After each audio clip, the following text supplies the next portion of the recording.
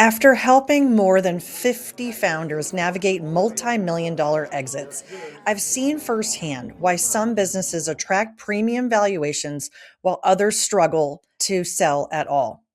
The difference usually comes down to a handful of decisions made years before the owner ever thinks about an exit. Today, I'm going to share 8 ways to increase the value of any business so you can build a company that's more profitable, more scalable, and worth significantly more in the future. Let's start with the first driver, financial performance. When a buyer wants to evaluate your business, typically the first request is for your financial statements. This includes your income statement and profit and loss reports for the past 3 years and balance sheets. They are evaluating business performance overall. They'll look at top line revenue, gross margin, and net operating profit. Buyers will also evaluate trending on your revenues and expenses. One pro tip, make sure your financial performance can be compared year over year. Don't keep changing your chart of accounts for revenues and expenses, making your financial statements look like Swiss cheese in a 3-year comparison table. Another point on expenses. Another watch out for owners is tracking personal expenses that may be run through the business.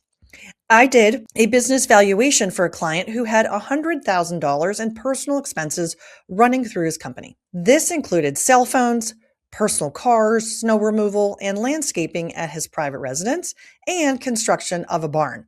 He thought he was being smart with taxes, but here's the reality check.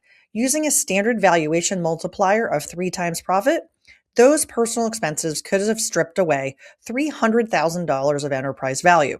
Don't trade millions in enterprise value for thousands in tax savings. What happens at tax time can hurt when it's time to sell.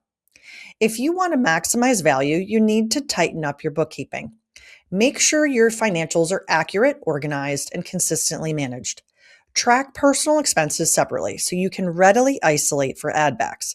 And talk to your accounting or tax firm about reviewed financial statements. Now, let me ask you this. Have you left enough field for the next owner to plow? Buyers aren't just paying for what you did yesterday, they're paying for future growth potential. I love the story of Rod Drury, the founder of an email archiving software company called Aftermail. He launched the company right after new compliance laws were passed, and he quickly locked in 2 massive Fortune 500 companies. He had a highly scalable product, but only 2 customers, bringing in $2 million in revenue. Instead of spending the next 20 years trying to slowly sell to the other 498, he decided to look for an acquirer while the growth potential was massive. He approached Quest Software, a company that already had all these Fortune 500 companies as clients. Quest looked at Aftermail and saw an incredible engine that they could instantly scale across their entire customer base. Because the upside potential was so clear, Quest bought that $2 million company for a staggering $35 million. If you want to command a premium multiple, you have to prove your business can scale. Clearly map out your serviceable, obtainable market. Demonstrate a predictable route to market that doesn't cost the earth. And show the buyer exactly where the open field is for them to capture. Let's talk about the absolute lifeblood of your company's valuation, your cash flow. A business is valued based on its ability to generate consistent cash flow, but many owners operate with a lumpy or deficient cash cycle. I remember looking at a 7-figure marketing agency where the owner was constantly stressed about working capital. When we looked at his numbers, the problem was obvious. He was invoicing clients only after services were delivered and offering net 30 terms.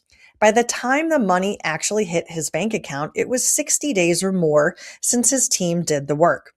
We made a simple shift. For all new clients, we implemented a mandatory upfront deposit and moved them to a continuous monthly billing cycle. We also looked at vendor financing. He asked vendors for extended payment terms. He also slowed down payables by using corporate credit cards to capture an extra 30 days of float. In an instant, his cash flow smoothed out. If a buyer sees that you are constantly borrowing just to pay employees and suppliers, this will lower your enterprise value. Bill your customers more frequently and automate if you can. Document the accounts receivable process and ensure accountability in your team. Require upfront deposits or milestone-based progress billing. Optimize your cash conversion cycle, money in, money out, and ensure your business is bankable. What makes your company special, and can a buyer easily replicate it? Legendary investor Warren Buffett always talks about building an economic moat around your business. Think of your business like a medieval castle. If you don't have a deep moat protecting it, competitors can easily march in, copy your service, and steal your market share. When a buyer evaluates your company, they privately ask themselves, should we build this ourselves or should we buy this company to capture their moat? If your business is highly differentiated, buying you is the fastest and safest route for them. Look at American Crane, a specialized manufacturing company led by Karen Norheim. Instead of remaining a traditional manufacturer, she launched an internal innovation lab to test digital technologies like virtual reality. That sandbox experience allowed her engineers to build cutting edge business outcomes, creating a massive cost and technological advantage that competitors simply couldn't touch. If you are just a generic option in a crowded market, you're a commodity. Identify your most profitable, unique niche and double down on it. Protect your intangible assets, your trademarks, proprietary processes, and intellectual property, and build a sustainable competitive edge that forces buyers to pay a premium rather than trying to compete with you. If your revenues are primarily driven by one-time project sales, your annual forecast is a guess, not a plan. Buyers are obsessed with predictable, recurring revenue. Let me illustrate this with a classic industry comparison, a traditional security installation business. If a company does $1 million a year just doing one-time security system installations, they start every single January at zero. Because that revenue is transactional and uncertain, the market typically values that business at around 0.75 times revenue. But look what happens if that exact same company pivots its model to focus on 100% on ongoing monitoring subscription services. Suddenly, they have hard contracts, auto renewals, and locked in monthly cash flow. Because that revenue is incredibly predictable, the exact same business can see its valuation jump to 2 times revenue or higher. You have the time to turn one-time transactions into recurring assets. To restructure your revenue mix, audit your current sales to find what could be turned into a subscription or contract. Brand and productize your services into fixed scope packages, and shift your clients onto automated retainers or vendor lock-in models. How do you prove to a buyer that your customers won't leave the second you walk out the door? Show them the numbers: high customer satisfaction and low churn. High rates of customer churn are an immediate red flag because it means you are burning through cash just to acquire new clients to replace the ones you lost. It costs 5 times as much to attract a new customer than it does to keep an existing one.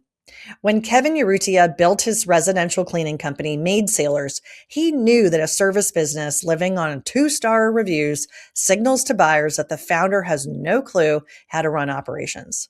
So he engineered a systematic online review strategy focused on generating flawless SEO rankings and 5-star reviews from customers.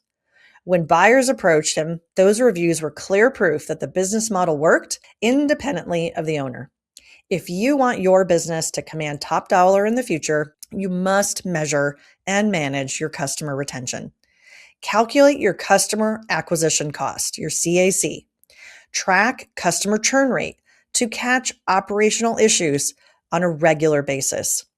Survey your clients and evaluate trends. Make sure you're addressing any issues along the way. And treat customer satisfaction as a critical financial metric. There's a hidden deal killer that catches so many founders completely off guard. It's concentration risk. As a general rule, no single customer, supplier, or employee should account for a massive chunk of your business continuity. I remember a sell-side due diligence process where the company had exceptional profit margins driven by a highly specialized, inexpensive widget. When we dug into the operations, we found a major risk tripwire. That critical widget was only available from one single supplier in the market. If that supplier faced a crisis, the company's entire revenue stream would collapse. The exact same risk applies to your team. If you have an executive salesperson who owns all the key client relationships, or a back office manager who holds all the operational processes in their head without documentation, you are exposed. If a buyer senses that losing one person or one vendor could destroy the business, they will back away or demand a painful haircut on your price. Diversify your supply chain so you always have a secondary option. Ensure no single customer represents more than 15% of your total revenue. And spread responsibilities across your team so the organization's knowledge is institutionalized, not isolated. The number one pitfall to be aware of is whether your organization needs you too much. If your company cannot thrive without you at the helm, your business likely won't be sellable. Many founders pride themselves in being the ultimate rainmaker. You manage the biggest client relationships, you make every operational decision, and you step in to wear every single hat. But to a buyer that represents massive risk, they look at that risk and say, well, what happens if you get hit by a bus on day one? The answer is the business falls apart. Then you don't own a valuable company, you just own a stressful job. Look at Meredith Meyer-Grelly, former co-owner of Wiggle Whiskey. As the company scaled, she realized that micromanaging the day-to-day was a terrible tactic holding the business back. She proactively spent 2 years developing growth plans for her managers, parceling off her operational duties, and attaching financial incentives to their success.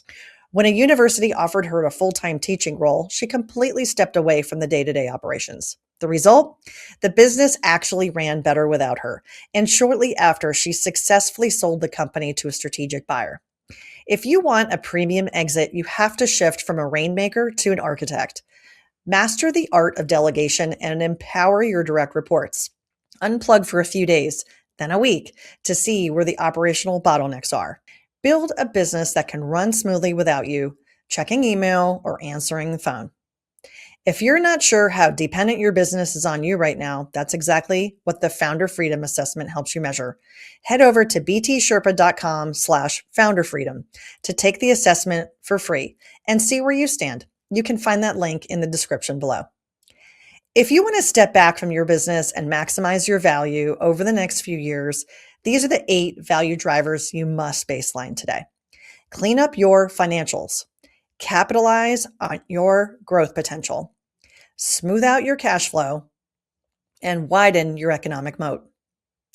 Build recurring revenue, maximize customer satisfaction, eliminate concentration risks, and systematically reduce owner dependency. This actually connects perfectly to a recent video I did called "If I Wanted to Sell a Business in the Next 5 Years, I'd Do This." In that video, I talk about reverse engineering your entire exit timeline, and these 8 value drivers are the exact building blocks you need to make that 5-year plan a reality. If you're looking at your business today and thinking, I know I have some gaps, but I don't know where to start, let's map it out together. Go to btsherpa.com/call to book a strategic call with me. In 30 minutes, we'll look at where your business stands today, what's holding back your enterprise value, and exactly what to focus on first. Don't wait until you are burned out or forced to exit. Head to the description right now, click the link, btsherpa.com/call to book.